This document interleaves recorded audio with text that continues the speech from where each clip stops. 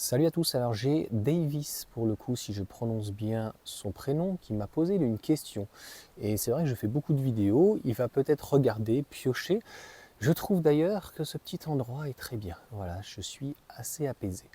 Donc ça va être une vidéo qui va être uniquement économique. Ça va être compliqué en fait de comparer ce qui est comparable. Alors tu vas me dire, dans ces cas-là, pourquoi tu fais cette vidéo, Johan? En fait, moi je te donne des éléments. Je ne suis pas là en fait pour te persuader ou quoi, et je te parle de ma vie pour le coup. Et je me suis dit, lorsque j'ai vendu en fait mon Porsche Cayenne, avant de prendre mon modèle Y, eh bien on allait le vendre, notre Porsche Cayenne, pour prendre un grand Cherokee en éthanol cette fois-ci, sans reprogrammation, sans boîtier, un réel. Donc un grand Cherokee qui aurait été d'occasion avec aux alentours des 100 000 km. Ça a décoté assez peu puisque neuf ça vaut aux alentours des 60 000 euros. Normalement, il y en a plus. C'est un moteur, donc boîte auto, boîte automatique 8 rapports. Je me demande si ce n'était pas une boîte ZF. Un véhicule plutôt fiable, voire très fiable, puisque c'est un 3,6 litres qui est peu, on va dire, développé, puisqu'il fait 286 chevaux. Donc, c'est pas énorme. Et un véhicule où on est, c'est Jeep. Il va y avoir deux parties en fait sur ces économies. Il va y avoir la première dépense qui va être l'entretien. Alors, sur une Tesla, que ça soit une de base, une grande autonomie ou une performance, et de toute façon chez Tesla, il n'y a pas de révision. Donc on va dire que sur 4 à 8 ans, tu vas avoir juste à contrôler ton liquide de refroidissement. Donc chez Tesla, ce sera peut-être 2, 3, 400 euros, mais tu n'as pas d'obligation. Ça veut dire que tu peux aller le faire dans un petit garage, ça veut dire que aussi tu peux le faire chez Revolt par exemple. Et pareil pour la purge des freins. Tu peux la faire chez Revolt, mais tu n'es pas obligé de la faire chez Tesla. Il y a même des tutos pour comment le faire. Et on va dire que les entretiens comme ça, tu peux le faire chez un garagiste. Et moi, je peux te conseiller par exemple Avatacar. Avatacar, il se déplace. Alors, il n'y a pas de sponsoring, parce que tu sais, les mecs, tu vois, ils te passent au bout d'une minute. Alors, Avatacar, c'est quoi?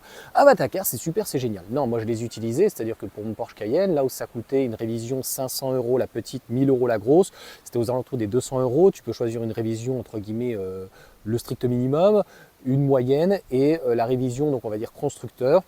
Et c'est les mêmes produits, donc là tu peux le faire dans un garage partenaire, mais moi j'aimais bien, donc en Ile-de-France il y avait une personne qui s'appelait Pascal et qui vient donc avec son petit camion et en une demi-heure c'est plié. Ils te font donc la révision, notamment accéder en fait au frein, au liquide de frein. Ça se fait, il n'y a absolument aucun problème. Donc sur cette partie-là, et je ne parlerai pas non plus ni de l'achat, ni des frais administratifs. C'est-à-dire que quand tu achètes un véhicule, que ça soit neuf à 60 000 ou aux alentours des 35 000 euros, donc un Jeep, tu vas avoir à peu près 1000 euros. Si tu as 50 euros du cheval, c'est 19 chevaux. Pour un véhicule en 4 roues motrices, à 9 secondes 1. Donc de toute façon, c'est toujours moins bien en termes d'agrément de conduite et de relance. 9 secondes 1, c'est pas terrible pour 286 chevaux.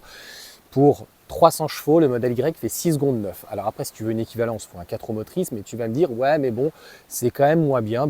C'est dans le même esprit, c'est à 5 secondes, on est sur deux américaines, peut-être deux américaines différentes. On n'a pas de Rivian, donc on pourrait plus le comparer à un Rivian qui sera peut-être moins cher, mais pour le moment, ce n'est pas le cas. Donc sur les entretiens, pareil pour le Jeep, tu peux les faire chez Avatacar, ça va être comme mon Cayenne, aux alentours des 200 euros, entre 150 et 250 euros. Tu auras aussi à contrôler peut-être la batterie, et puis attention, normalement c'est une chaîne, mais voilà, les choses habituelles, les, entre guillemets petites révisions, où il y a juste l'huile, et puis filtre à huile, et il y aura les bougies, et puis d'autres choses qu'il peut y avoir. Sur, donc, si tu vas bien sûr chez Jeep, on sera plus aux alentours des 400, 500, 600 euros au niveau de l'entretien, donc ça sera beaucoup plus élevé. On va partir sur 20 000 km environ, et on va dire qu'un Jeep Grand Cherokee, pas un Cherokee puisque c'est un 3 litres je crois, le Grand Cherokee, j'ai regardé les consommations, c'est ce que je faisais à peu près avec mon Cayenne, on va être aux alentours des 17 litres, entre 14 et 18, 19.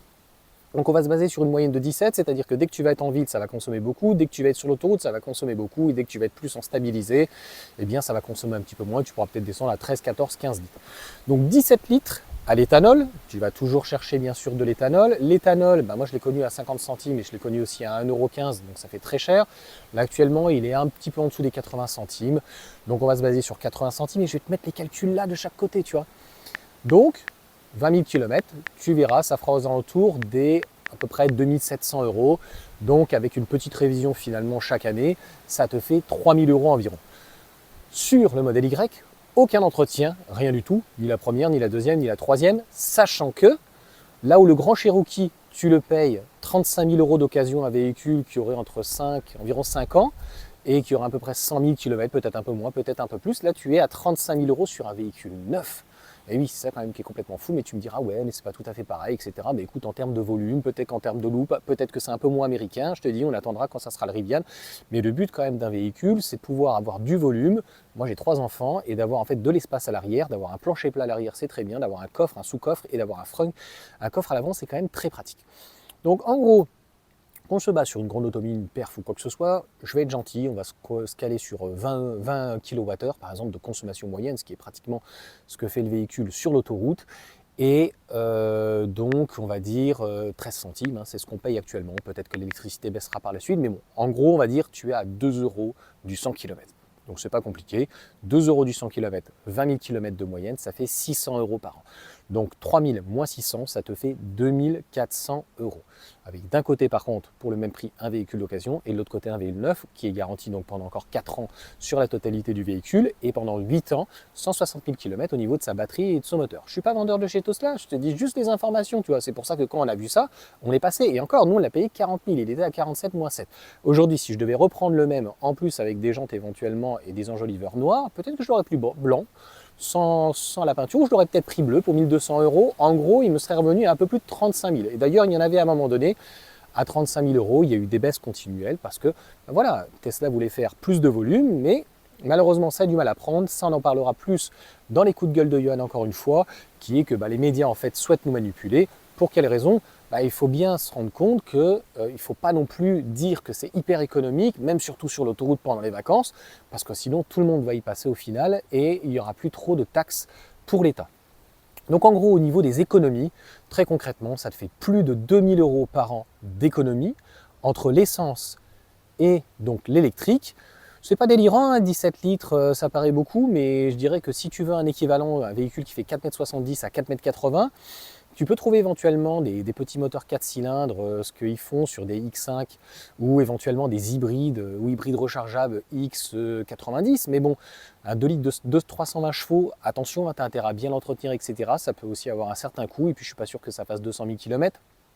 Donc si tu l'achètes à 100 000 et que tu fais 20 000 km par an, au bout de 5 ans, 200 000, ça va commencer à faire beaucoup. Ce qui n'est pas le cas, encore une fois, de la voiture électrique là-dessus. Donc ça te laisse du temps si en plus elle est neuve.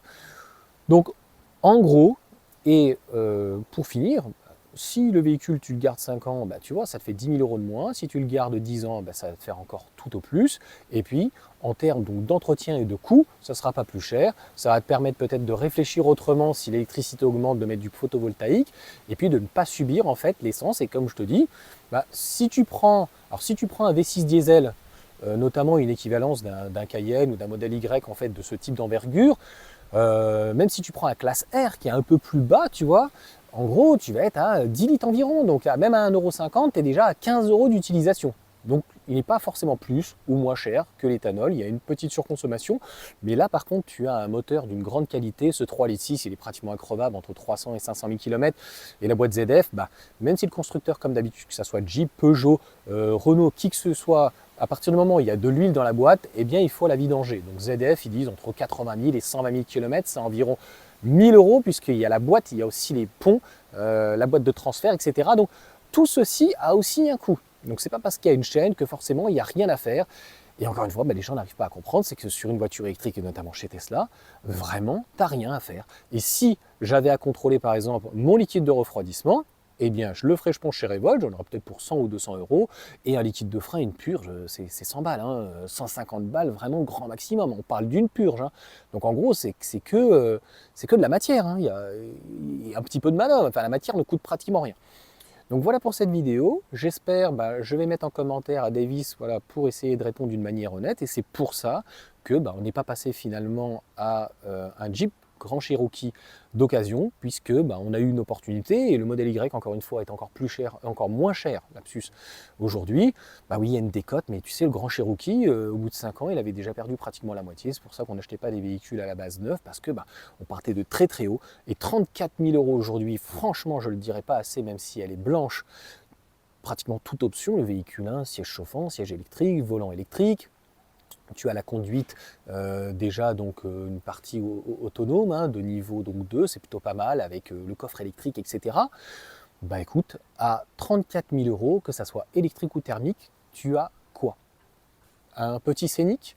Tu as éventuellement même pas un 3000 puisqu'il est à 37 000 euros.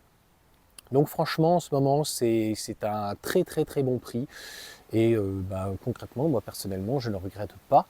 Et notre Cayenne nous coûtait beaucoup plus cher. On était plus aux alentours des 18-20 litres. Et tu imagines bien quand l'éthanol était à plus d'1 euro, 1,10 €, bah, à un moment donné, en fait, on regarde à la dépense. Parce que tu commences à faire 100 km par-ci, 100 km par-là, bah, tu en as tout de suite pour 20 balles. Là, honnêtement, j'en ai pour 2 euros. Donc pour un véhicule qui fait 6 secondes 9, qui marche bien, qui fonctionne bien, qui est très agréable, avec une pédale, donc encore mieux qu'une boîte auto. Donc pour moi, c'est pas parfait, mais c'est que du bonheur en tout cas.